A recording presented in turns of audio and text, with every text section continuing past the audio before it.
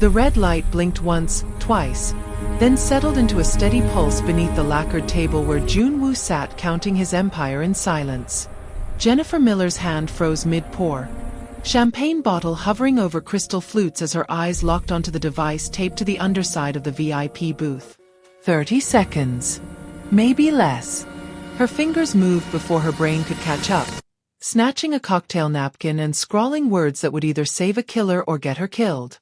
The pen shook in her grip. Joon-woo didn't look up when she approached. He never did.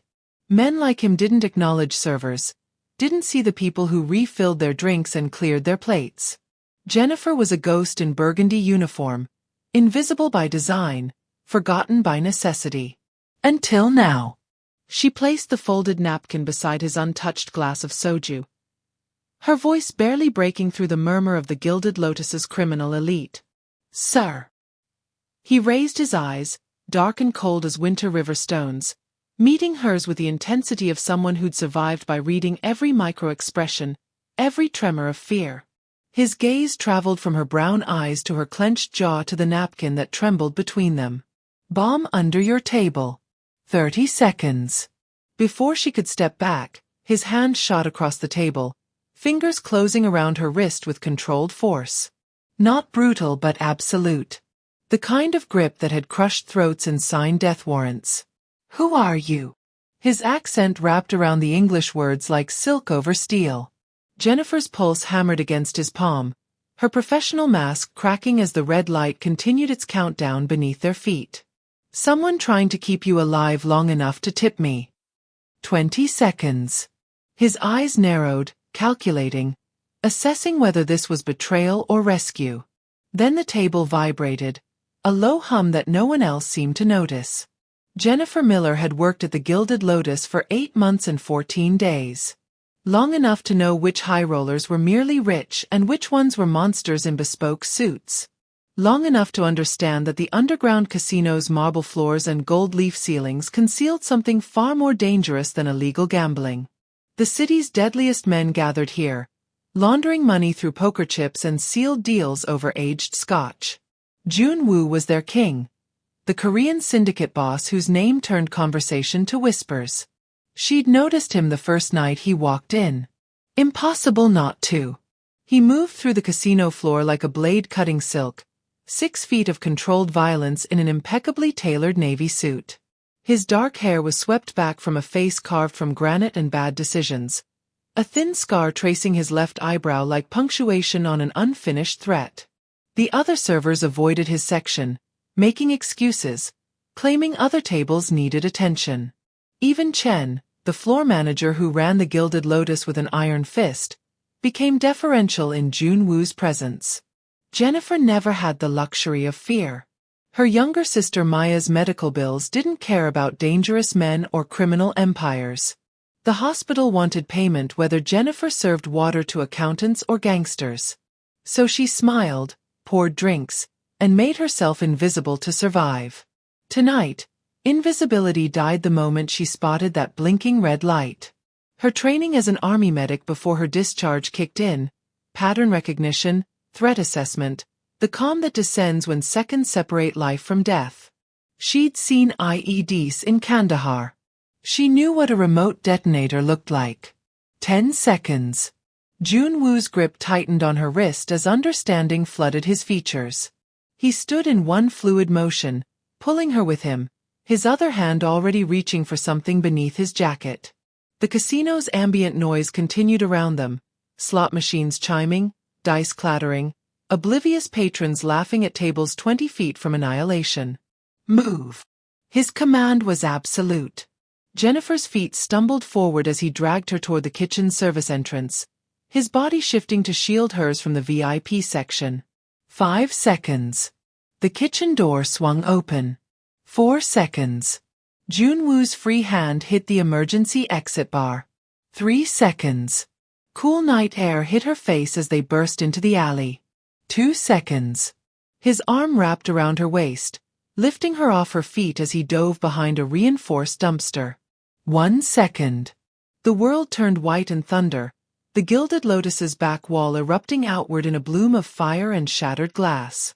The blast wave rolled over them, pressing Jennifer into the concrete as Joon-woo's body covered hers, his weight the only thing keeping her from being torn apart by supersonic debris. Then silence. Ringing, absolute silence broken only by the crackle of flames and the distant wail of car alarms triggered by the explosion.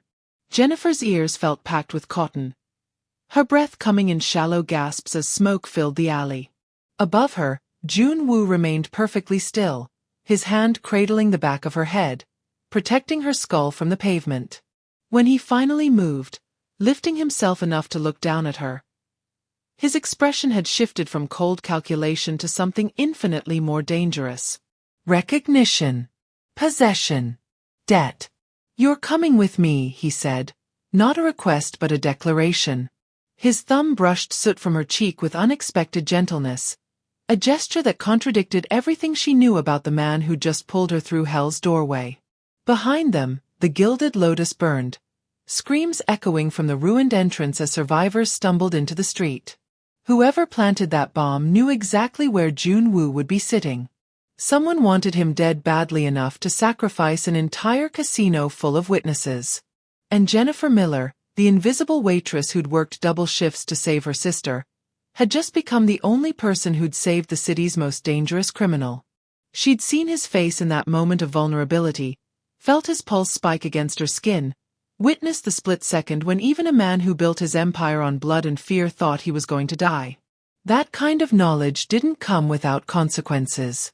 Joon-woo's dark eyes held hers, smoke curling between them like a contract being written in ash. 30 seconds, he murmured, almost to himself. "You gave me 30 seconds. His hand remained on her face, fingers spanning her jawline with the same certainty he'd used to grip her wrist. "That means you belong to me now. My lucky charm. My responsibility." Sirens wailed in the distance, emergency vehicles responding to the explosion.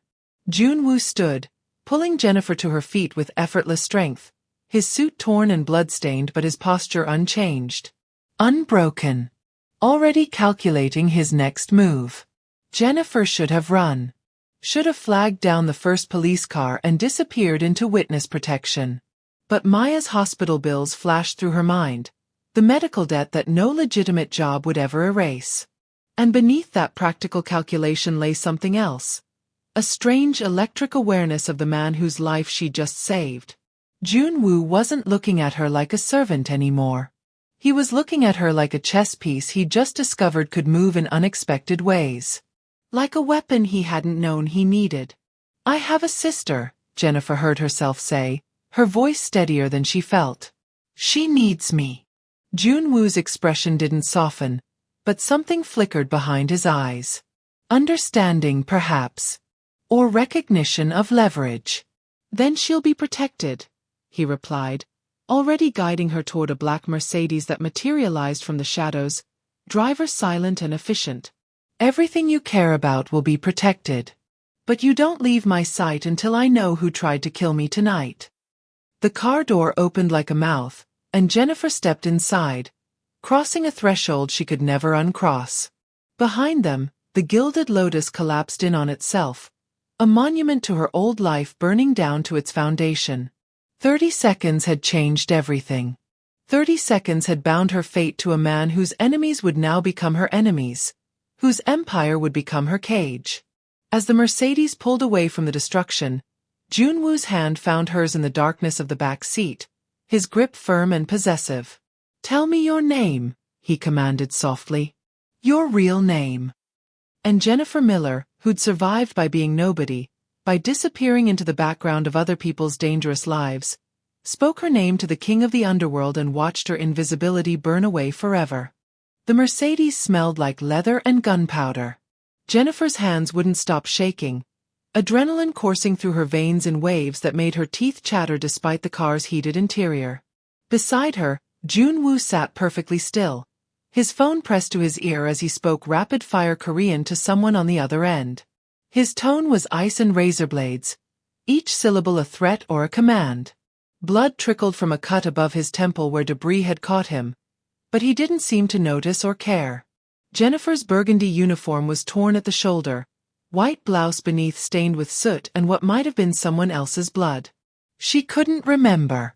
The explosion had scrambled everything, reduced the past 10 minutes to fragments of sensation. The heat on her back. The weight of Joon-woo's body covering hers. The sound of metal shrieking as the Gilded Lotus's infrastructure gave way. She'd saved people in combat zones, had held soldiers together with pressure and prayer while mortars fell around them. But this felt different. This felt personal in a way war never had. "Are you injured?"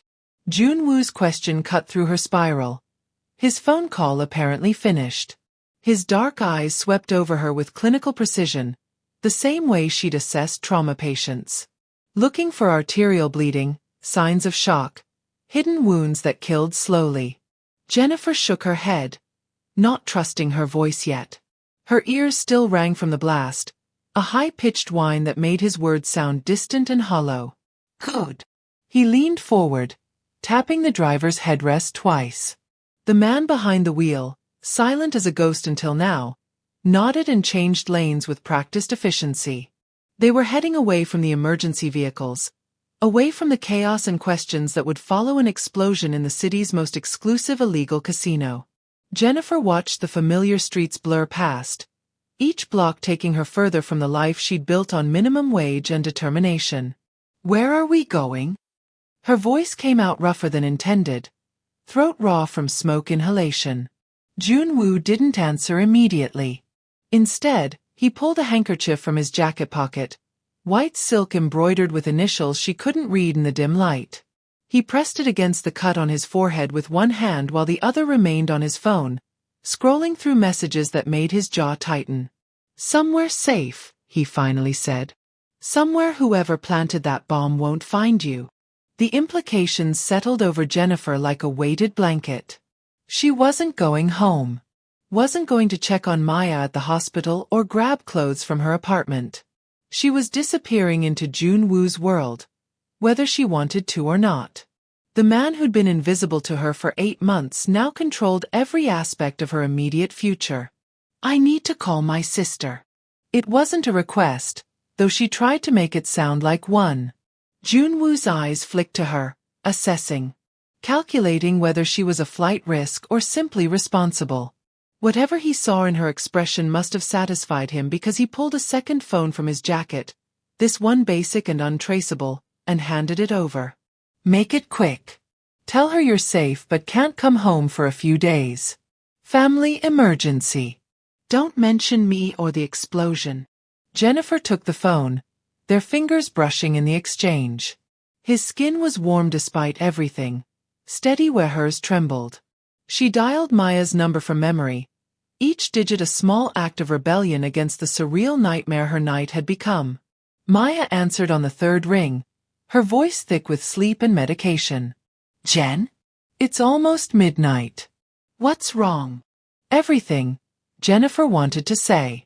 "I saved a gangster's life and now I'm being kidnapped in a luxury car by a man who looks at me like I'm simultaneously his salvation and his property."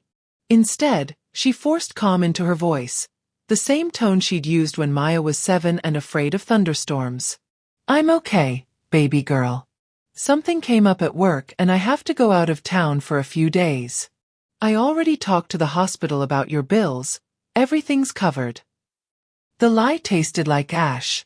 Joon-woo watched her with hooded eyes, listening to every word, judging her performance. "I'll call you as soon as I can, okay? I love you." Maya's response was drowsy acceptance, the trust of someone who'd never had reason to doubt her older sister.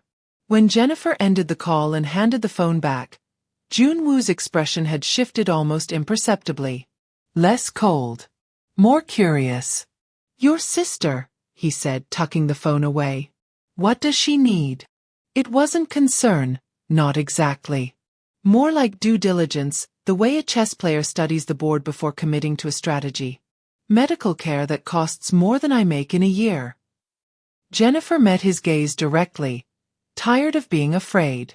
If she was going to be his prisoner or his lucky charm or whatever twisted role he'd assigned her, she might as well be honest about it. "That's why I worked at the Lotus." That's why I saw the bomb when everyone else was too scared to look at your table. Something flickered across Joon-woo's face.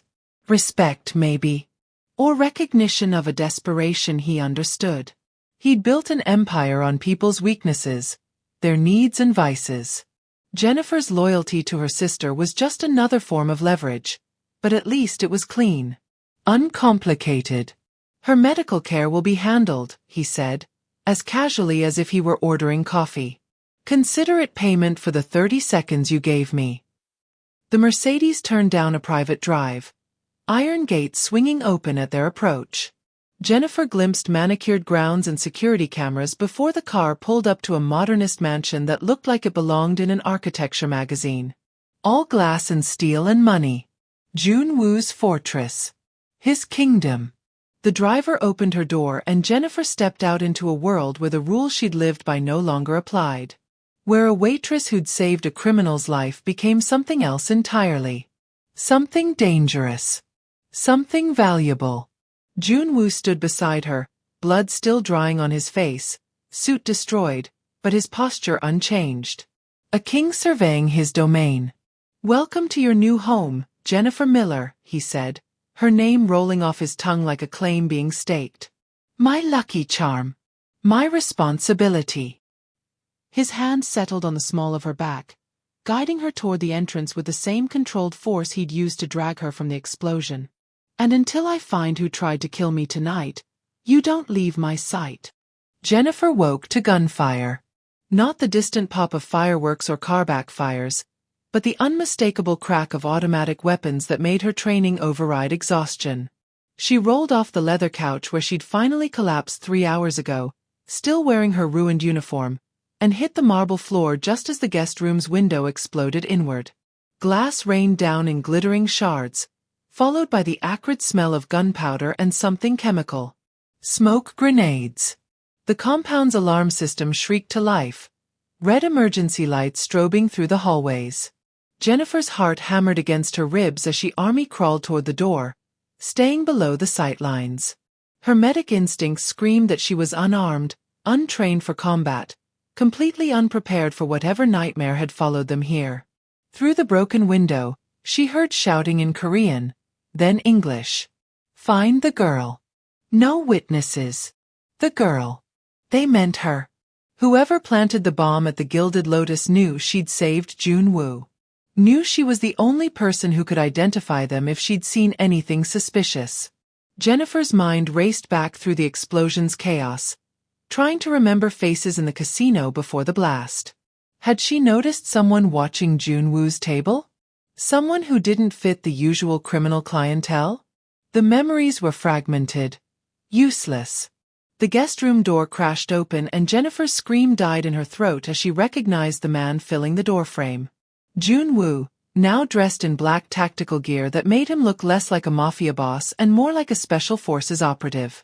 A handgun rode low on his hip, another in his grip. His eyes found her on the floor and something lethal crossed his features. Up. Now. He didn't wait for compliance, crossing the room in 3 strides and hauling her to her feet with his free hand. They found us, Jennifer gasped, stating the obvious because her brain couldn't process anything more complex. Joon-woo's jaw tightened as another burst of gunfire echoed from somewhere below them, followed by return fire from what must have been his security team. They followed the emergency vehicles to the hospitals, then worked backwards through traffic cameras. His voice was clinical, detached, even as he positioned her behind him and moved toward the door with practiced efficiency. They're professionals. Cleaners sent to eliminate loose ends. Loose ends. That's what she was now. A liability to whoever wanted Joon-woo dead badly enough to blow up a casino full of witnesses. Jennifer's survival instinct kicked into overdrive as Joon-woo guided her into the hallway, his body a shield between her and whatever threats lurked in the smoke-filled mansion. The compound had transformed into a war zone, the pristine modernist architecture now scarred with bullet holes and shattered glass. 2 of Joon-woo's men lay motionless near the stairs, their weapons scattered beside them. How many? Jennifer heard herself ask, falling back on military protocol because it was the only thing that made sense. Joon-woo glanced at her, surprise flickering across his features before he refocused on the tactical situation. 6 outside. 3 already inside. My men have neutralized 1. The math was simple and terrifying. They were outnumbered, and Jennifer had exactly 0 ways to defend herself. They moved through the mansion like ghosts, Joon-woo's hand gripping her wrist with bruising force as he navigated corridors she didn't recognize. The alarm continued its wail, punctuated by gunfire and shouted commands. Jennifer's nursing training cataloged everything with detached clarity.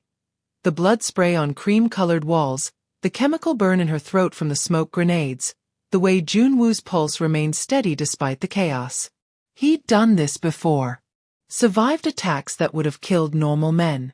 Safe room, Joon-woo muttered, more to himself than her. They descended a hidden staircase behind a panel in what looked like a study, the walls closing in as they spiraled down into the compound's substructure. Jennifer's breath came in shallow gasps, her body finally catching up to the adrenaline crash. She'd survived an explosion and now an assault team, all within 12 hours. The absurdity of it would have been funny if people weren't actively trying to murder her. The safe room was exactly what it sounded like. Reinforced steel walls, independent ventilation, enough supplies to survive a siege. Joon-woo pushed her inside, but didn't follow. Jennifer spun, grabbing his arm before he could close the door. Where are you going? The question came out sharper than intended, edged with panic she couldn't quite control. His dark eyes met hers, and for a moment, she saw past the criminal kingpin to something rawer underneath. Rage. Cold, calculated rage. To end this. He gently but firmly removed her hand from his arm. They came to my home. Threatened what's mine. The possessiveness in that statement wasn't lost on Jennifer, but she was too terrified to dissect it. You're safe here. The door locks from inside. Don't open it for anyone but me. He started to pull away, then paused, his hand coming up to cup her jaw in that same gesture from the alley. Anyone but me, Jennifer. Understand? She nodded, not trusting her voice. Joon-woo's thumb brushed across her cheekbone once, a strange intimacy amid the violence, before he stepped back and sealed the door. The locks engaged with heavy metallic clicks, and Jennifer was alone in a steel tomb 3 stories underground. The silence was absolute after the chaos above, broken only by her ragged breathing and the distant thump of her pulse in her ears. Jennifer sank onto the cot bolted to the wall, her whole body trembling now that there was no immediate threat to override her fear response. She'd worked in war zones, had seen the worst humanity could inflict on itself. But those had been strangers, soldiers whose deaths were tragic but expected. This was personal. These men were hunting her specifically, had tracked her to Joon-woo's fortress, had killed his people trying to reach her. All because she'd noticed a blinking red light and refused to look away. Time lost meaning in the safe room. Minutes or hours could have passed before the locks disengaged with a hydraulic hiss. Jennifer was on her feet instantly, her back pressed against the far wall, looking for anything she could use as a weapon. The door swung open and Joon-woo stood in the frame, blood splattered across his tactical gear, his face expressionless. But he was alive. Whole. The relief that flooded through Jennifer was so intense it made her dizzy. It's done, he said simply, stepping into the room. His eyes swept over her, checking for injuries with that same clinical precision. They're all dead. But there will be more. He moved closer, crowding into her space in a way that should have felt threatening but somehow didn't. You understand now, don't you? Why you can't leave. Why you belong here with me. Jennifer did understand. There was no going back to her apartment, her hospital visits, her double shifts and medical bills. The moment she'd handed Joon-woo that napkin, she'd painted a target on her own back. His enemies were her enemies now. His war was her war. She was trapped in his fortified compound not just by his possessiveness, but by simple survival. Outside these walls, she was a dead woman walking. How long? She asked quietly. How long until it's safe? Joon-woo's expression shifted into something that might have been pity if he were capable of such softness. Until I find who ordered the hit and remove them permanently. His hand found hers, fingers lacing together in a gesture that felt like both comfort and ownership. Could be days. Could be weeks. But you're mine now, Jennifer Miller. My lucky charm. My responsibility. He pulled her closer, his other hand settling at the nape of her neck. And I protect what's mine. The dining room was nothing like the Gilded Lotus. No gold leaf or crystal chandeliers, just clean lines and floor-to-ceiling windows overlooking the compound's eastern gardens. Morning light streamed through the glass, turning everything soft and deceptively peaceful. Jennifer sat at the head of the table, a position that felt wrong in every conceivable way, while Joon-woo occupied the seat to her right rather than his obvious place of power. He'd insisted. Had physically pulled the chair out for her with the same intensity he applied to everything else. Eat.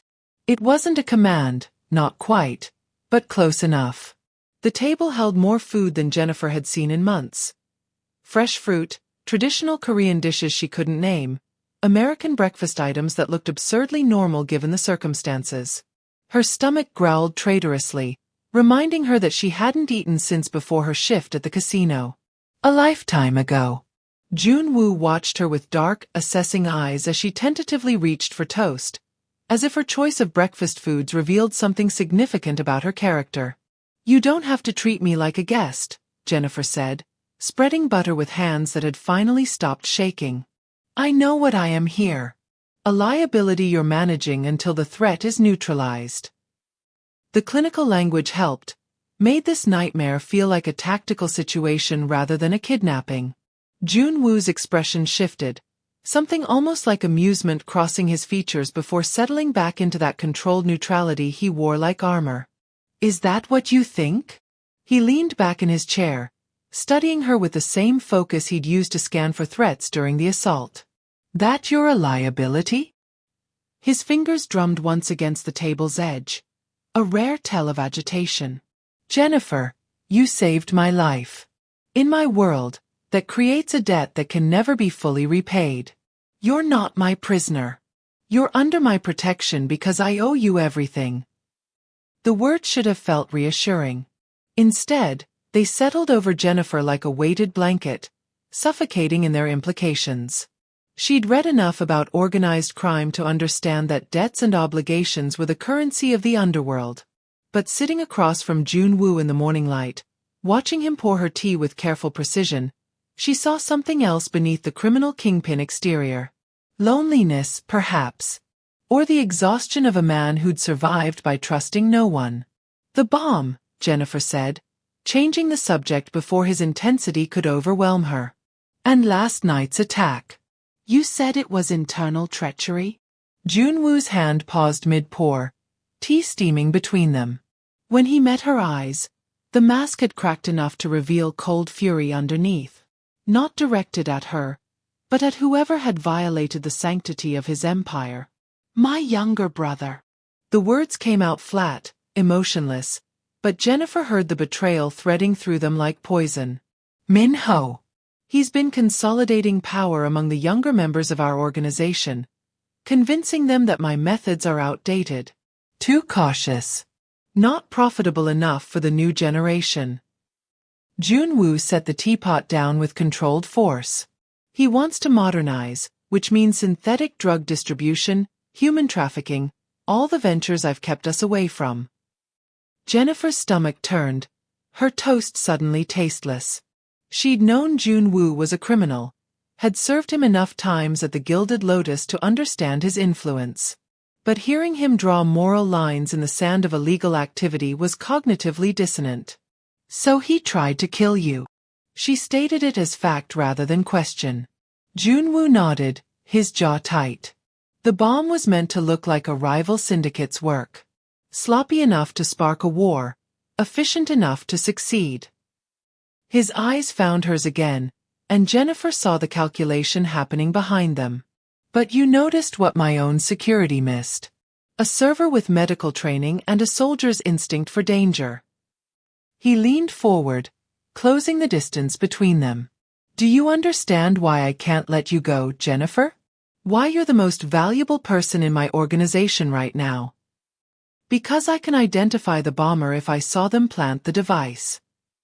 Jennifer's mind raced back through that night, trying to pull details from the chaos. I was refilling water glasses near the VIP section for 20 minutes before the explosion. I would have seen anyone approaching your table who didn't belong. The pieces clicked into place with sickening clarity. Your brother needs me dead not just as a witness, but because I'm proof he failed. Exactly. Joon-woo's hand covered hers on the table, his thumb brushing across her knuckles in that possessive gesture she was beginning to recognize.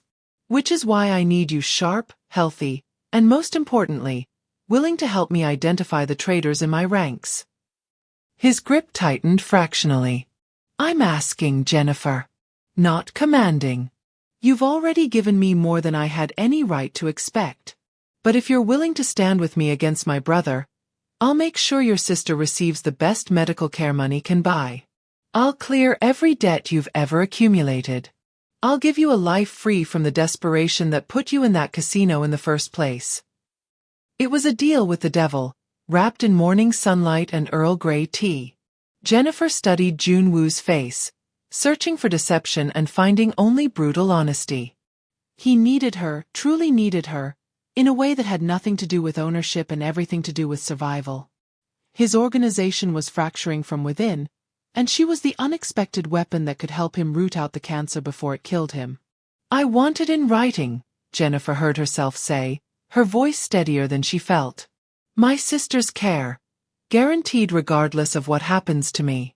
Full medical coverage, experimental treatments if necessary, everything. She met Joon-woo's dark eyes without flinching. And if I'm going to help you identify traitors, I need to know everything. No more half-truths or protective censoring. I'm either your equal in this or I'm your hostage. Choose. Silence stretched between them, heavy with implications. Then Joon-woo smiled, a real smile that transformed his features from coldly beautiful to devastatingly human. My equal, he said softly, as if testing the words. I haven't had one of those in a very long time. He stood, moving around the table with predatory grace, and extended his hand to her. Not to shake, but to help her rise. To lift her to his level physically and metaphorically. Jennifer took his hand, letting him pull her to her feet, and felt the power dynamic shift beneath them. She wasn't his lucky charm or his responsibility anymore. She was his partner in a war against his own blood, armed with nothing but her observations and his desperate need for someone he could actually trust. Then show me everything, she said, squaring her shoulders. Show me your organization, your people, everyone who had access to that casino. If your brother planted a bomb, he didn't do it alone. Joon-woo's smile sharpened into something predatory, and Jennifer realized she'd just volunteered for something far more dangerous than survival. She'd volunteered to hunt a monster who shared Joon-woo's face and none of his restraint. Come, he said, his hand settling at the small of her back again, but this time it felt less like possession and more like partnership. Let me show you the kingdom my brother is trying to steal. And then, Jennifer Miller, let's take it back together. The conference room occupied the compound's third floor, all glass and steel overlooking the city skyline. Joon-woo's inner circle sat around a black lacquered table, 6 men whose faces ranged from skeptical to openly hostile as Jennifer entered beside their boss. She recognized the dynamic immediately, the same territorial posturing she'd seen in military briefings when outsiders infiltrated established hierarchies. Except here, the outsider was a waitress in borrowed clothes, and the hierarchy was built on blood and bullets. Gentlemen, Joon-woo's voice cut through the murmuring, cold authority that demanded silence. This is Jennifer Miller. She saved my life at the Gilded Lotus and will be assisting us in identifying Minho's network. He guided Jennifer to the chair beside his at the table's head, a position that made several men shift uncomfortably. She is under my protection and speaks with my voice. Any disrespect shown to her is disrespect shown to me. Jennifer met each man's gaze in turn, cataloging faces and reactions the way she'd learned to assess threats. The older man with silver temples, Joon-woo's financial advisor. The scarred enforcer who'd probably killed more people than Jennifer had saved. The tech specialist who looked too young to be part of a criminal empire. All of them radiated barely contained resentment at her presence. She was disrupting their world, threatening the order they'd built through decades of loyalty. Before anyone could respond, the conference room doors exploded inward. Not literally, though Jennifer's body tensed for another attack, preparing for gunfire that didn't come. Instead, a man strode through the entrance with the casual arrogance of someone who owned every room he entered. Min-ho. It had to be. He shared Joon-woo's height and build, the same sharp jawline and dark eyes, but where Joon-woo's expression was controlled ice, Min-ho radiated heat and chaos. His smile was all teeth and malice. Brother. The word dripped with mockery. Min-ho stopped at the opposite end of the table, four of his own men flanking him like an invading army. He was younger than Joon-woo by perhaps 5 years, dressed in designer streetwear that screamed new money and disrespect for tradition. Everything about him was calculated provocation, from his bleached hair to the diamond studs glittering in both ears. I heard you survived the Lotus. Unfortunate accident that. Gas leak, they're saying on the news. Joon-woo remained perfectly still, but Jennifer felt the tension radiating from him like heat from pavement. You're not welcome here, Min-ho. Leave before I have you removed. The threat was quiet, lethal. Min-ho laughed, the sound bouncing off glass walls. Removed from my own family's compound? By who exactly? His eyes swept the room, lingering on each of Joon-woo's men before settling on Jennifer. By your new pet? The air in the conference room crystallized, every man reaching for weapons they hadn't drawn yet.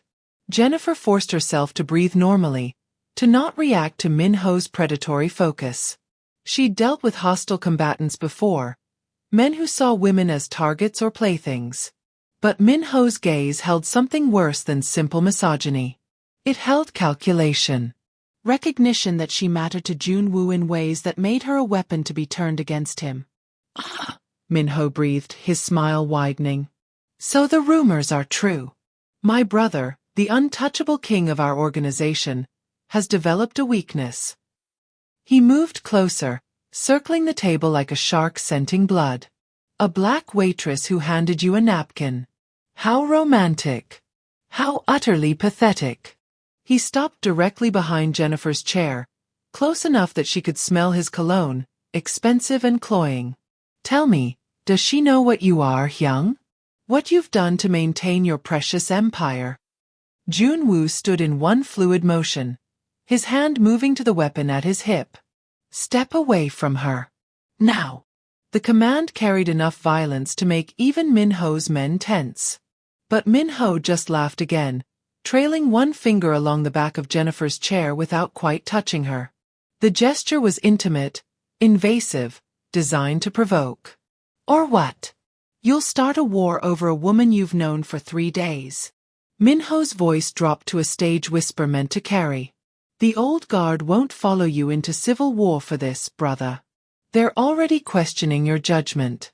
Bringing an outsider into our most secure facility? Elevating her above men who've bled for this family. He leaned down, his breath hot against Jennifer's ear though he still didn't touch her. They're saying you've gone soft. That the great Joon-woo has finally found something more important than the syndicate. Jennifer's hand shot out, grabbing Min-ho's wrist before his words could escalate into physical contact. Her grip was clinical, precise, the same hold she'd used to restrain violent patients in the ER. Don't. Her voice was steady, calm, utterly at odds with the adrenaline screaming through her veins. Whatever game you're playing with your brother, I'm not a piece you can move. Min-ho's eyes widened fractionally, surprise flickering across his features before morphing into genuine interest. Oh, she has teeth. He didn't pull away from Jennifer's grip, instead leaning closer, testing her resolve. Good. I was worried you'd chosen someone fragile. Hyung. At least your pet has some spirit before I break her. Joon-woo moved faster than Jennifer could track, crossing the distance and slamming Min-ho against the glass wall with enough force to crack the panel. His forearm pressed against his brother's throat, gun drawn and pressed under Min-ho's jaw. You don't touch her. You don't look at her. You don't breathe in her direction. Each word was punctuated with increased pressure. This is your only warning, Min-ho. The next time you threaten what's mine, I'll put a bullet through your skull regardless of whose blood you share. Min-ho wheezed out a laugh despite the chokehold, his face reddening. There it is. The weakness I've been waiting for. His eyes cut to Jennifer, still seated but coiled like a spring. She's made you reckless, brother. Made you forget that in our world, love is just another word for liability. Joon-woo's finger tightened on the trigger, and for a heartbeat, Jennifer thought he might actually fire. Might splatter his brother's brains across the glass and consequences be damned. Joon-woo. Jennifer's voice cut through the violence, steady and grounding. He wants you to kill him here, in front of witnesses. It legitimizes whatever coup he's planning. She stood slowly, keeping her movements non-threatening. Don't give him what he wants. The words hung in the superheated air, logic warring against rage. Joon-woo's jaw worked, muscles cording in his neck as he fought for control. Finally he stepped back, lowering the gun but not holstering it. Min-ho straightened, rubbing his throat while his smile never wavered. Smart and observant. I can see why you kept her young. He adjusted his jacket with exaggerated care, playing to his audience of lieutenants who'd watched their leaders nearly murder each other. But intelligence won't save her when the real war starts. And it is starting, brother. Right now. He gestured to his men, already backing toward the exit. I'm taking the southern territories, the trafficking routes you've been too squeamish to exploit, and half your organization with me. Anyone who wants to actually profit from this empire rather than play at honor can join me. You're declaring civil war, Joon-woo said flatly. Min-ho's smile turned vicious. I'm declaring evolution. Adapt or die, brother. And your waitress. He blew Jennifer a mocking kiss. She dies first. Can't have witnesses to your weakness walking around, can we? Then he was gone, his men following like a retreating tide, leaving only the promise of violence in their wake. The compound's basement gym smelled like sweat and iron. Jennifer found it 2 days after Min-ho's declaration of war, drawn by the rhythmic impact of fists against heavy bags and the grunts of men testing their bodies against violence. She stood in the doorway watching Joon-woo's enforcers train, cataloging their movements with the same analytical eye she'd used to memorize surgical procedures. These men were weapons, honed through years of street fights and calculated brutality. She needed to become one too. The scarred enforcer from the conference room noticed her first. Kong, she'd learned his name was, Joon-woo's head of security and the man who'd personally killed 3 of Min-ho's assassins during the compound assault. He was mid-40s, built like a concrete wall, with a face that had seen too many battles to ever be considered handsome. His eyes tracked her approach with the wariness of someone who'd survived by never underestimating threats, even ones that came in borrowed sweats and hospital-trained hands. I need you to teach me, Jennifer said without preamble, stopping at the edge of the training mats. Around them, the other men slowed their routines, attention shifting to this unexpected disruption. Kong lowered the training knife he'd been working with, his expression unreadable. Teach you what? His English carried a heavier accent than Joon-woo's, each word carefully weighted. How to fight. How to kill if necessary. Jennifer met his gaze directly, refusing to let him see the fear beneath her determination. Min-ho threatened me specifically.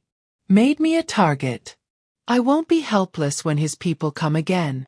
The words tasted like brass on her tongue, foreign and necessary. She'd spent her career saving lives, had taken an oath to do no harm. But that oath didn't account for monsters who wore human faces and planted bombs in crowded casinos. Kong studied her for a long moment, then barked something in Korean to the other men.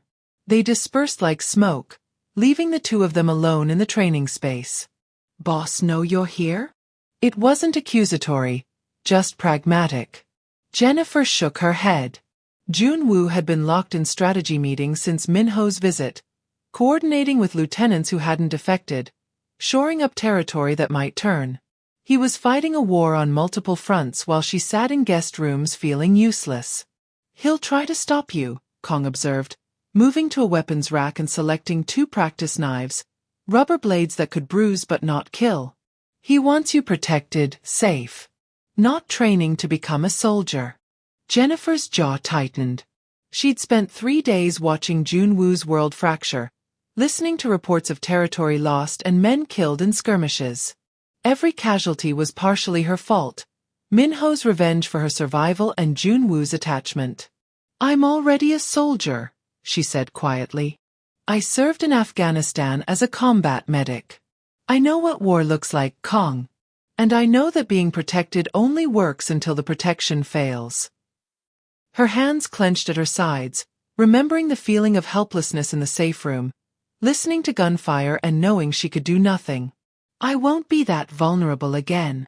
Something shifted in Kang's expression, a crack in the professional distance. He tossed her one of the practice knives and she caught it instinctively, her grip automatically adjusting to the weight and balance. Military training embedded in muscle memory. "You have basics," he grunted with what might have been approval. "But basics get you killed in knife fights. Show me your stance."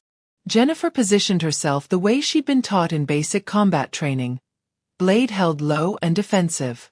Kong circled her like a predator assessing prey, occasionally adjusting her foot placement or elbow angle with sharp jabs that brooked no argument. "Army teaches you to survive ambush. I teach you to win fight." He moved without warning, his practice knife slashing toward her ribs in a strike that would have gutted her if the blade were real. Jennifer blocked on instinct, but Kang's follow-up came too fast. His knife pressed against her throat before she could counter. "Dead," he announced flatly, stepping back. "Again." They ran through the drill 15 times, and 15 times Jennifer died in increasingly creative ways. Her body remembered combat training, but Kong fought with a viciousness that military instructors had only simulated. This was street warfare distilled into economy of motion, every technique designed to end threats permanently. "You're holding back," Kong observed after the 20th iteration, barely winded while Jennifer gasped for air. "Still thinking like medic. Hesitating before killing strike." He pressed the rubber blade against her sternum, right over her heart. In real fight, hesitation means you die and boss loses what he's fighting war to protect. "You understand." Jennifer understood. She'd spent years training to preserve life, to see every person as a patient needing care. That instinct was going to get her killed. She needed to rewire her brain, to see Min-ho's people not as humans but as threats to be neutralized. The cognitive dissonance made her stomach churn, but she forced herself to nod. "Again," she rasped. "Keep going until I stop hesitating." Kang's expression might have been respect or pity, hard to tell through the scars. "We train every day. 6 hours minimum. You will hurt, you will bleed, you will want to quit." He reset his stance, knife ready. "But if you stay, I make you dangerous enough that Min-ho thinks twice before sending men after you." His eyes bored into hers. "That what you want? To become weapon?" The gym door crashed open before Jennifer could answer. Joon-woo stood in the entrance, his expression thunderous as he took in the scene. Jennifer bruised and sweating, Kong holding a practice knife, the clear evidence of combat training. "What the hell is this?" His voice was dangerously quiet, the calm before violence that Jennifer had learned to recognize. "This is me refusing to be a victim," Jennifer said before Kong could speak, straightening despite her exhaustion. "Min-ho made me a target.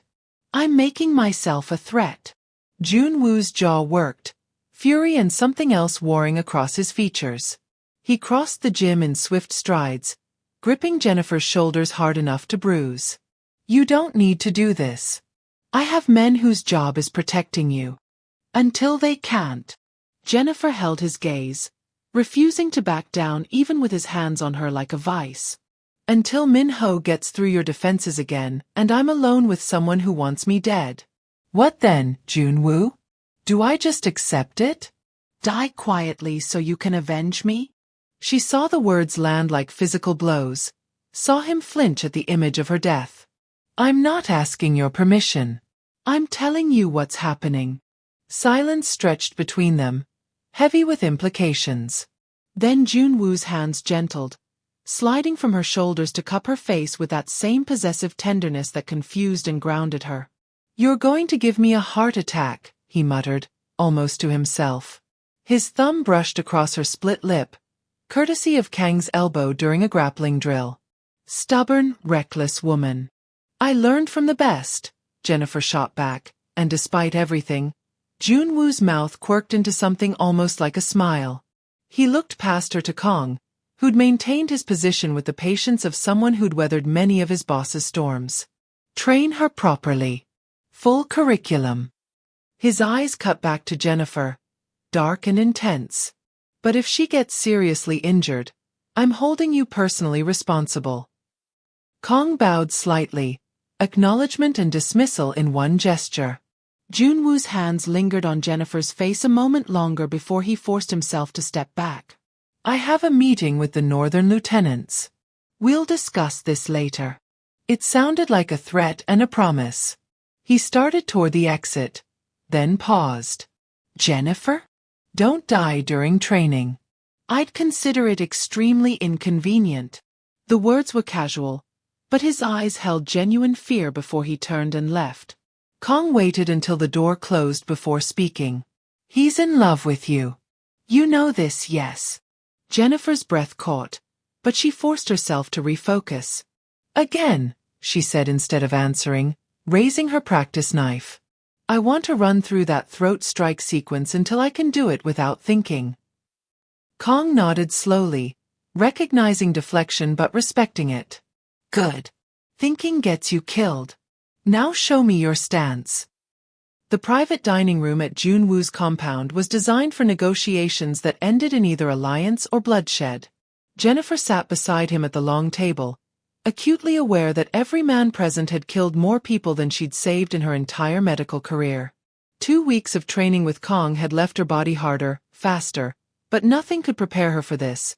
A dinner with the 5 remaining regional lieutenants who hadn't defected to Min-ho, each one sizing her up like a curiosity or a threat. Gentlemen, Joon-woo's voice cut through the murmur of conversation as servers brought the first course. You've all expressed concerns about Miss Miller's presence in our operations. Tonight, she'll demonstrate exactly why she's invaluable. His hand found Jennifer's under the table, a brief squeeze of reassurance or warning. This was her test.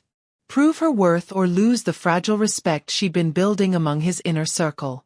Jennifer forced herself to eat slowly, scanning faces while her mind raced back to that night at the Gilded Lotus. She'd spent hours with Joon-woo reviewing security footage from before the explosion, studying every person who'd entered the casino. But footage only showed so much. Her memories held details cameras couldn't capture. Nervous energy, suspicious behavior, the small tells of someone about to commit murder. Park, the Northern Territory lieutenant, was mid-50s with silver hair and expensive taste. His suit probably worth more than Jennifer's yearly income at the Lotus. He'd been vocally opposed to her involvement, had argued in meetings that outsiders compromised operational security. Beside him sat Choi, younger and hungry, recently promoted after his predecessor died in one of Min-ho's territorial grabs. Then Lee, the financial architect who moved money through shell corporations with artistic precision. Yamamoto, rare Japanese ally in a Korean organization, his presence a testament to Joon-woo's diplomatic skill. And finally Chen, the man who'd managed the Gilded Lotus's floor and somehow survived the explosion. Chen. Jennifer's attention snagged on him, memory crystallizing with sudden clarity. She'd seen him that night before the blast, emerging from the kitchen with unusual timing. Her pulse quickened but she kept her expression neutral, continuing to eat while her mind dissected the recollection. Chen never served tables, never carried drinks. But that night he'd been near Joon-woo's section with a bottle of premium liquor, his usual delegating replaced by personal involvement. The bombing was sophisticated, Park was saying, his Korean accented with formal precision. Remotely detonated, placed during operational hours without triggering our security protocols. It required insider knowledge. His eyes cut to Jennifer with barely concealed accusation. Someone who knew the casino's blind spots and Joon-woo's regular schedule. Exactly, Jennifer said, her voice steady despite the adrenaline flooding her system. Which is why I've been reviewing that night frame by frame in my memory. She set down her chopsticks with deliberate care. Chen, you were unusually hands-on that evening. I noticed it even then, thought it was strange given your management style. The table went silent, all attention shifting to the casino manager who'd gone very still. Chen's laugh was forced, uncomfortable. I was ensuring everything ran smoothly for our VIP guests. Nothing unusual about that. But his hand trembled slightly as he reached for his wine glass, and Jennifer saw Joon-woo's posture shift beside her, predator recognizing prey. You never serve tables, Jennifer pressed, her training with Kong giving her the confidence to push. But that night you carried a bottle toward the VIP section around 10:15.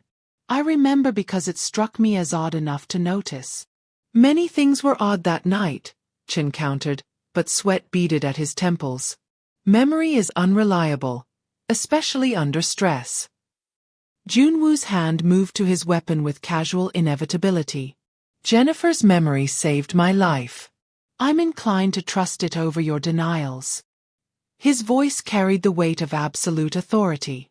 What were you doing in the VIP section, Chen? Be very careful how you answer. The room's temperature dropped 20 degrees. The other lieutenants shifted, hands drifting toward concealed weapons, alliances recalculating in real time. Chen's facade cracked, desperation bleeding through. Min-ho offered me partnership. Real equity, not just management position. The words tumbled out in a rush. He said the old ways were dying, that I could either evolve with the organization or burn with it. So you planted the bomb, Jennifer said flatly, pieces clicking into place with sickening clarity. You had access to the casino's infrastructure, knew which tables Joon-woo preferred, could disable security cameras in specific zones.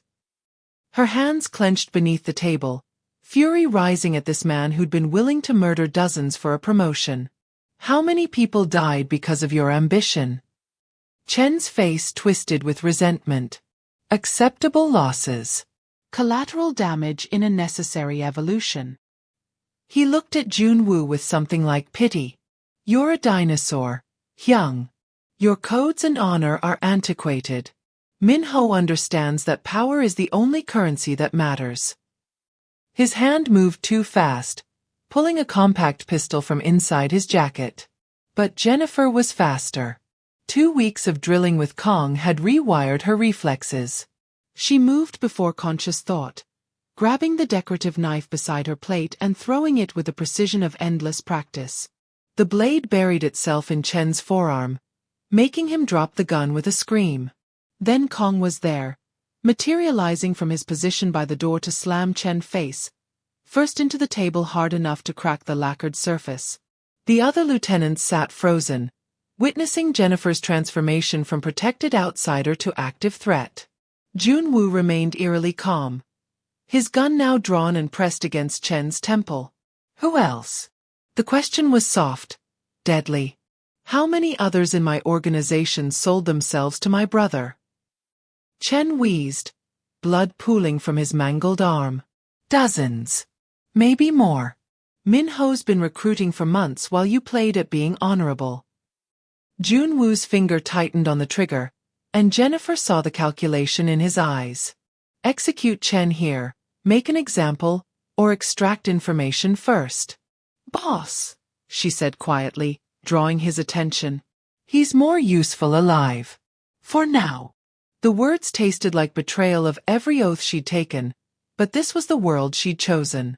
The world where mercy was weakness and information was currency. Joon-woo studied her for a long moment, then nodded fractionally. Kong, take him to the basement. Make him comfortable while he tells us everything he knows about Min-ho's network. The phrasing was euphemistic. They both knew what comfort meant in Kang's interrogation room. As Chen was dragged away, still screaming protests, Joon-woo turned to the remaining lieutenants. This is what Miss Miller brings to our organization. Observation. Analysis. Action.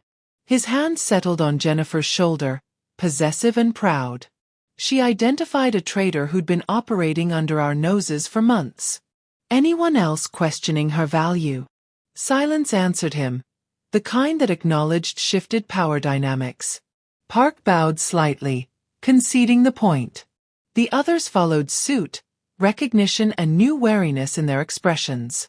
When the dinner finally ended and the lieutenants departed with their security details, Joon-woo pulled Jennifer into an empty corridor, his hands framing her face with desperate intensity. You could have been killed. He had a gun pointed at you. His voice was raw, stripped of its usual control. I saw you throw that knife and my heart stopped. Kang's training, Jennifer said, her own adrenaline crash making her shake. I didn't think, just acted. Joon-woo's forehead pressed against hers, his breath coming hard. You proved yourself tonight. They'll follow you now, respect you. But Jennifer. His eyes bore into hers. Don't ever make me watch you in danger again. I can't. He didn't finish, but the unspoken words hung between them like a confession. The explosion that ripped through Joon-woo's eastern warehouse district lit the night sky orange at 3:47 a.m. Jennifer jolted awake in the guest room that had become hers, the distant boom rattling windows even this far from the docks. She was moving before fully conscious, muscle memory from Afghanistan dragging her toward potential casualties. But Kong intercepted her in the hallway, already armed and tactical, his expression grim. Boss is handling it. You stay inside, stay protected. He was already coordinating through his earpiece, Korean rapid-fire between security stations. Jennifer caught fragments, multiple explosion sites, coordinated attack, significant casualties. Joon-woo's voice crackled through the radio, commanding and controlled despite the chaos. He was at the warehouses, Jennifer realized. Leading the response personally because that's what kings did when their territory burned. I can help, Jennifer insisted, her medic training screaming at her to triage, to stop bleeding, to save whoever could be saved. Kang's hand on her shoulder was gentle but immovable. You help by staying alive. This is what Min-ho wants, to draw Boss out and eliminate his weakness. The word stung, but Jennifer understood the tactical reality. She'd become a liability the moment Joon-woo's feelings became obvious. The compound felt wrong with half its security deployed to the warehouse fires. Too quiet, too empty, like a body missing vital organs. Jennifer returned to her room but couldn't settle, pacing while watching news helicopters circle the burning district on her phone. Estimated damage in the millions. Possible casualties still unknown. She texted Joon-woo. Are you safe? No response. He was probably coordinating evacuation or preventing the fires from spreading to residential areas. Always protecting his territory, his people. The lights went out at 4:15 a.m. Not flickering, not brownout, just instant darkness that swallowed the compound whole. Jennifer's combat instincts ignited, every nerve firing warning signals. This wasn't electrical failure. This was tactical. She moved to her nightstand, grabbing the knife Kong had given her after she'd proven proficient. Her phone's flashlight provided minimal illumination, enough to see her door handle turning from the outside. Kong! Her voice was steady despite her hammering heart. The door exploded inward, not Kong but 4 men in black tactical gear and night vision goggles. Jennifer threw the knife on instinct, burying it in the lead man's thigh. His scream satisfied something primal in her as she bolted for the bathroom, the only room with a secondary exit through the ventilation system. She'd memorized escape routes obsessively, paranoia earning its keep. She almost made it. Fingers closed around her ankle, dragging her backward with brutal efficiency. Jennifer fought like Kong had taught her, targeting eyes and throat and groin, but these men were professionals. A cloth pressed over her face, chemical sweet and suffocating. Chloroform, her medic brain identified even as consciousness slipped away. She tried to scream, to alert whatever skeleton security remained, but the sound died in her closing throat. Her last thought before darkness claimed her was Joon-woo's face, the way he'd looked at her in the corridor after the dinner. The unfinished confession hanging between them like a promise she wouldn't live to hear completed. Jennifer woke to cold concrete beneath her cheek, zip ties cutting into her wrists, the taste of blood and chemicals coating her tongue. She kept her breathing steady, feigning unconsciousness while assessing her situation through slitted eyes. Warehouse, abandoned by the smell of rust and decay. Single bare bulb swinging overhead. 3 guards visible, 2 with assault rifles, 1 checking his phone with bored efficiency. No windows. 1 exit she could see, probably more she couldn't. She's awake. Min-ho's voice cut through her assessment, cultured and amused. Jennifer's eyes snapped fully open, finding him leaning against a support pillar with casual elegance, dressed like he was heading to a nightclub rather than a kidnapping. His smile was all teeth, predatory and victorious. Hello, Jennifer. Sorry about the accommodations, but we're working with limited resources since my brother burned most of my infrastructure. Jennifer forced herself upright, ignoring the way her head spun from the chloroform hangover. He's going to kill you for this. Her voice came out rougher than intended, but steady. Min-ho laughed, genuine delight in the sound. Oh, I'm counting on him trying. That's the entire point. He pushed off the pillar, circling her like he had during the conference room confrontation. You see, my brother has become predictable. He cares about you, stupidly and obviously. Which means I can use you to control him. He won't negotiate, Jennifer said, though doubt crept into her certainty. Joon-woo had nearly murdered his brother for threatening her. What would he do now that Min-ho had actually taken her?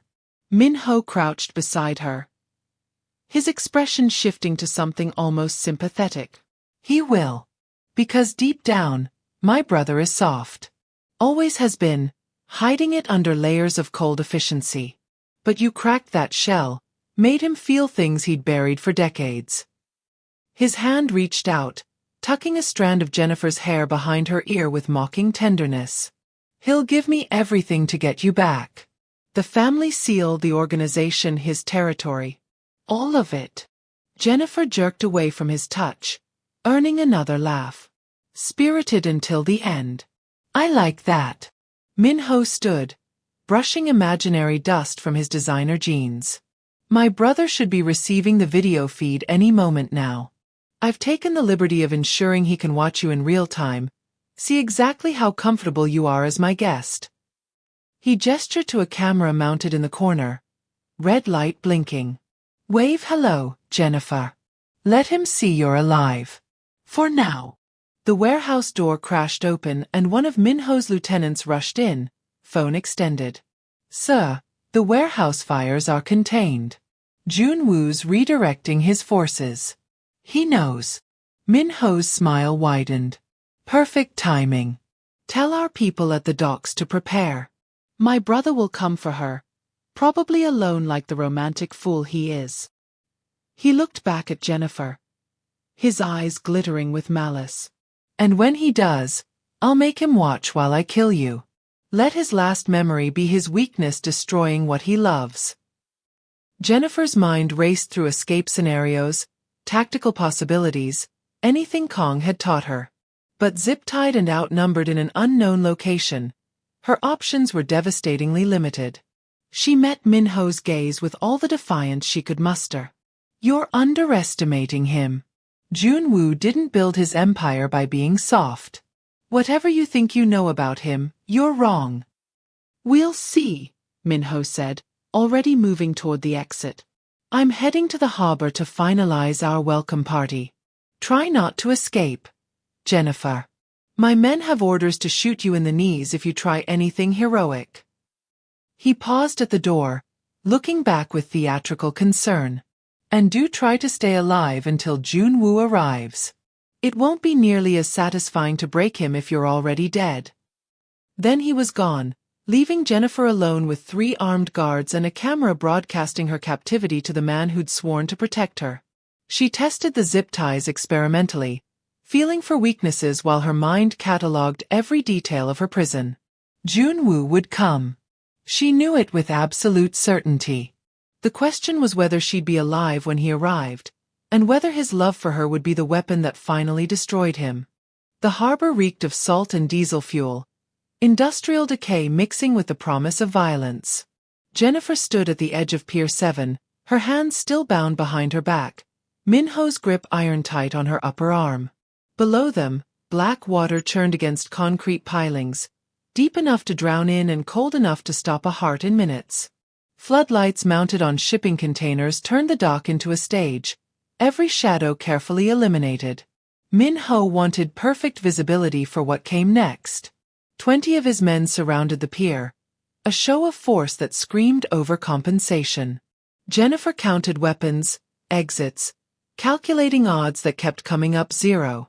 Even if she broke free, she'd be cut down before reaching cover. Min-ho had choreographed this execution with theatrical precision, and she was the unwilling star of his finale. The wind off the water cut through her thin clothes, raising goosebumps that had nothing to do with temperature. He's here. Min-ho's voice carried satisfaction and anticipation. Jennifer's eyes found the dock's entrance, where a single black Mercedes rolled to a stop under the floodlights. No motorcade, no security detail. Just Joon-woo emerging from the driver's seat with his hands clearly visible and empty. He'd come alone, exactly as Min-ho had demanded. Exactly as Jennifer had feared he would. Joon-woo walked across the pier like he owned it, despite being outnumbered and outgunned, his posture radiating the same controlled power that had first drawn her attention at the Gilded Lotus. But Jennifer saw what others might miss. The tightness around his eyes, the barely controlled fury in his clenched jaw, the way his gaze locked onto her with desperate intensity before shifting to his brother. He looked like a man prepared to burn the world down. Brother. Min-ho's greeting was mockingly warm. So glad you could make it to our family reunion. I was beginning to think you'd gotten lost. He dragged Jennifer forward, positioning her at the very edge of the pier. Her toes hung over the concrete lip, nothing between her and the killing water except Min-ho's grip and gravity. Joon-woo's hands flexed at his sides, his only visible reaction. Let her go, Min-ho. Your war is with me, not her. Joon-woo's voice was granite, each word carefully controlled. You want the organization? We can negotiate. But Jennifer walks away first. Min-ho laughed, the sound bouncing off shipping containers and metal warehouses. Negotiate? Now you want to negotiate, after months of refusing my proposals for modernization. He shook Jennifer slightly, making her sway dangerously over the water. No, Hyung. Negotiation time is over. Now we do things my way. One of Min-ho's lieutenants stepped forward, holding an ornate wooden box that Jennifer recognized from Joon-woo's office. The family seal, centuries-old jade carved with symbols she couldn't read but understood represented absolute authority over the syndicate. Min-ho's endgame crystallized with brutal clarity. He wanted legitimacy, not just power. Wanted Joon-woo to surrender everything that made him king, to prostrate himself before his younger brother. Simple choice, Min-ho announced, his voice carrying to every witness. Sign the seal over to me, acknowledge me as the rightful head of our family, and she lives. Refuse, and I drop her into the harbor like the garbage she is. His fingers tightened on Jennifer's arm, bruising. You have 60 seconds to decide which you value more, your empire or your whore. Jennifer saw murder flash across Joon-woo's face, raw and undiluted, before he forced it back under control.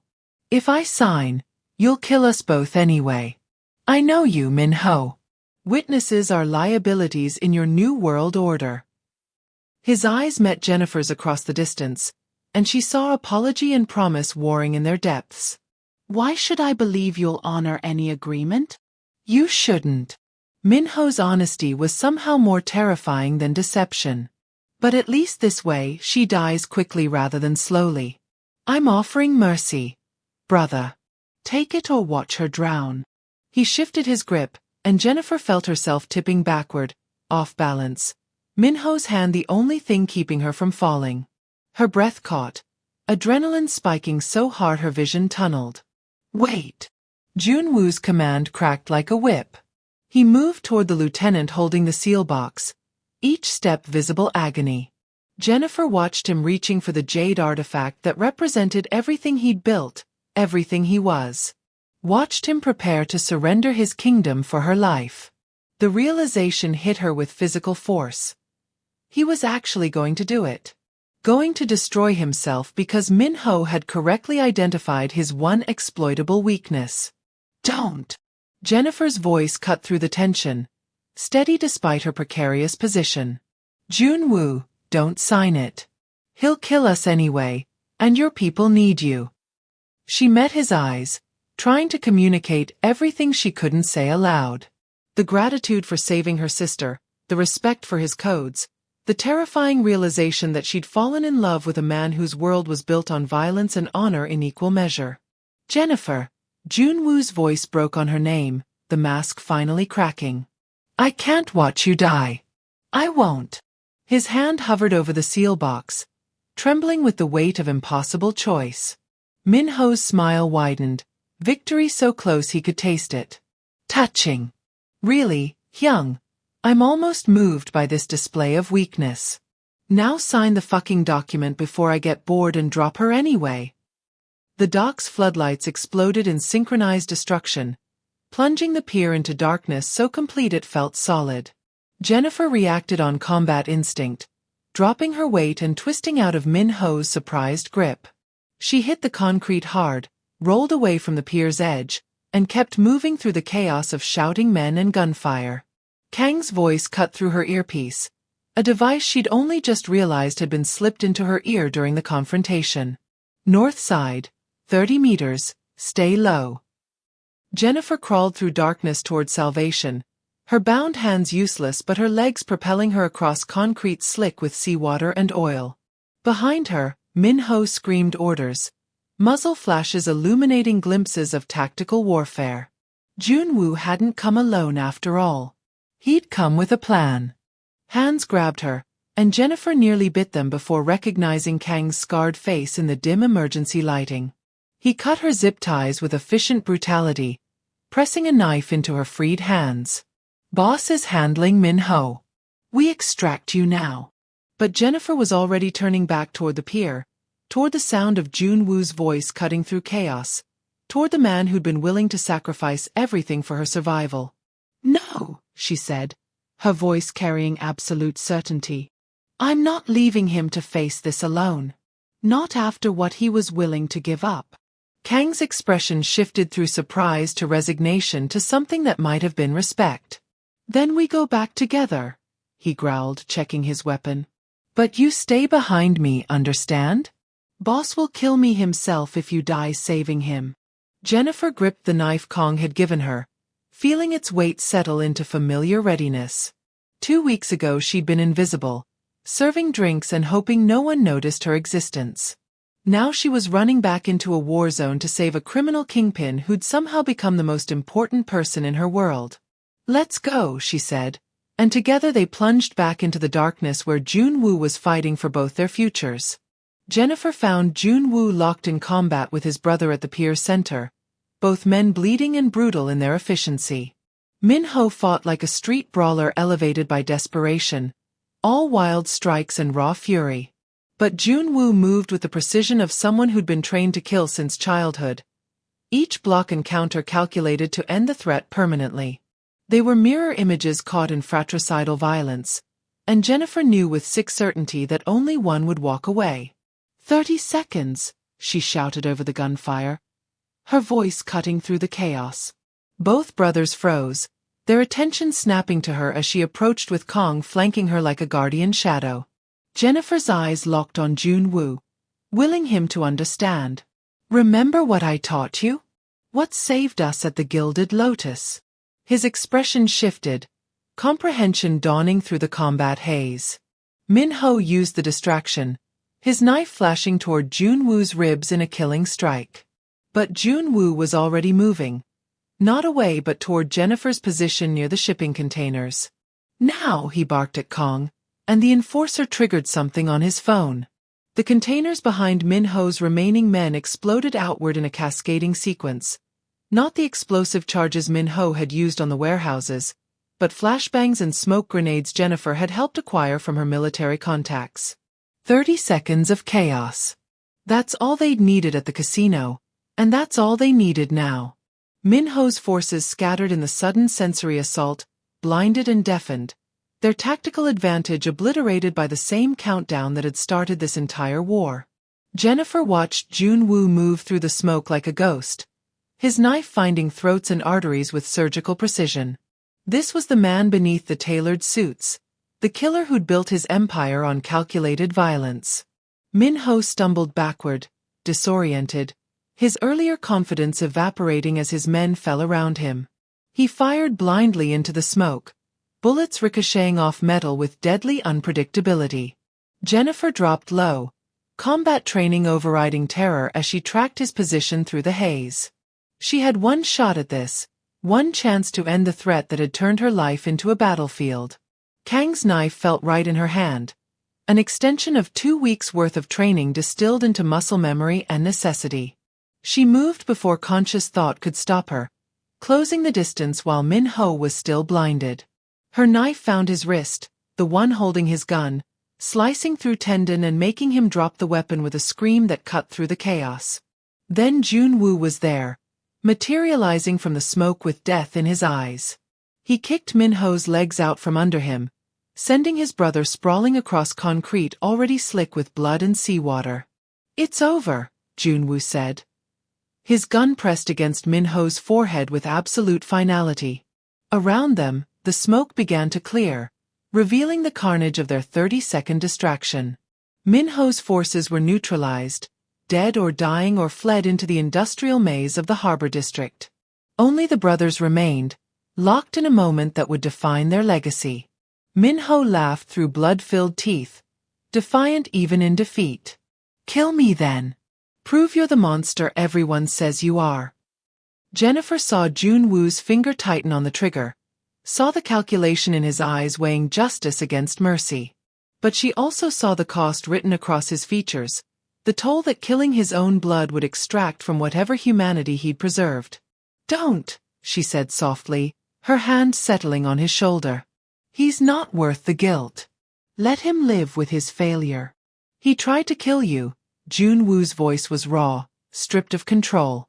"Twice. He'll try again if I let him walk away." The truth of it hung between them, undeniable.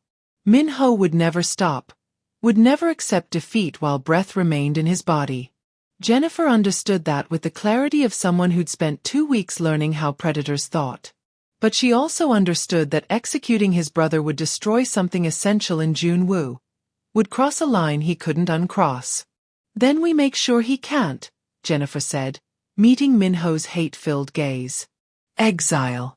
Strip him of everything, every resource, every contact, and send him somewhere your reach doesn't extend." She looked at Joon-woo, willing him to see the path between murder and mercy. Let him live with the knowledge that a waitress outsmarted him, that his grand revolution failed because he underestimated someone he considered beneath him. Joon-woo held his brother's life in his hands for 5 endless heartbeats. Then he lowered the gun, his jaw tight with restrained violence. "You're dead to this family, Min-ho. Dead to the organization, to our name, to everything we built." His voice carried the weight of absolute authority. "Kong will escort you to the airport. You have 1 hour to leave the country, and if you ever return, I won't hesitate again." Min-ho spat blood, his laughter bitter and broken. "You're weak, just like I said. She's made you soft, And it'll get you killed eventually. But there was defeat in his eyes, the knowledge that his coup had failed spectacularly. Kong hauled him upright with brutal efficiency, already coordinating extraction through his earpiece. As they disappeared into the shadows, Jennifer felt the adrenaline crash hit her like a physical blow. Joon-woo caught her before she could fall, his arms wrapping around her with desperate strength. "You came back," he breathed against her hair, voice shaking with emotions he'd suppressed during the fighting. "I had the extraction planned. Kong was supposed to get you out safely, and you came back into the war zone." His hands framed her face, tilting it up so he could search her eyes. "Why?" "Because you were willing to sign away your kingdom for me," Jennifer said, her own voice breaking.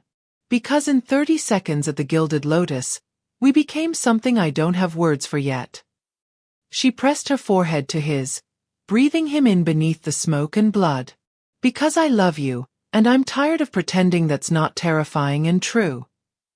Joon-woo kissed her then, fierce and claiming and gentle all at once, a promise sealed in violence and survival. When they finally broke apart, the harbor lights were blazing again, emergency vehicles screaming in the distance, the outside world rushing back to reclaim them. "We need to go," Joon-woo said, already guiding her toward the waiting Mercedes. "Police will have questions I don't want to answer tonight." They drove through the city as dawn broke over the skyline, Jennifer's hand clasped in Joon-woo's like a lifeline neither could release. Somewhere behind them, crime scene investigators would puzzle over the dockside battlefield. Ahead of them lay a future Jennifer couldn't predict, loving a man whose world operated by rules she was still learning. But in that moment, watching sunrise paint the sky in shades of hope, she thought maybe 30 seconds had been enough to change everything that mattered. "Where are we going?" Jennifer asked as the city gave way to coastal highways, the ocean stretching endless and dark to their right. Joon-woo's smile was small but genuine, the first unguarded expression she'd seen since the warehouse fires. "Somewhere safe. Somewhere we can breathe without watching for threats." His thumb brushed across her knuckles, gentle despite the violence those hands had wrought hours ago. "Somewhere I can tell you properly that you saved my life twice now, and I'm keeping you forever." Jennifer laughed, the sound surprising them both with its lightness. Forever is a long time for a criminal kingpin and a waitress who can't seem to stay out of trouble. But she didn't pull away, didn't question the impossibility of their situation. Instead, she watched the sunrise transform the world into something new, something neither of them had planned but both had fought to protect. 30 seconds had given them a beginning. Now they had all the time in the world to discover what came next. Jennifer's story reminds us that in today's world, we're all just 30 seconds away from moments that change everything. Like her, we often feel invisible in our daily struggles, working multiple jobs, carrying burdens no one sees, fighting battles in silence. But her journey teaches us that observation is power, that courage isn't the absence of fear but action despite it, and that sometimes the most dangerous thing we can do is allow ourselves to be seen and to trust. In our own lives, we face choices between safety and significance, between remaining invisible or stepping into our power. Jennifer chose to act when she could have looked away, chose to trust when betrayal seemed certain, chose love when survival meant staying guarded. Her transformation from waitress to warrior wasn't about violence, it was about refusing to accept victim as her final identity. The real question is, what will you do with your 30 seconds when they come?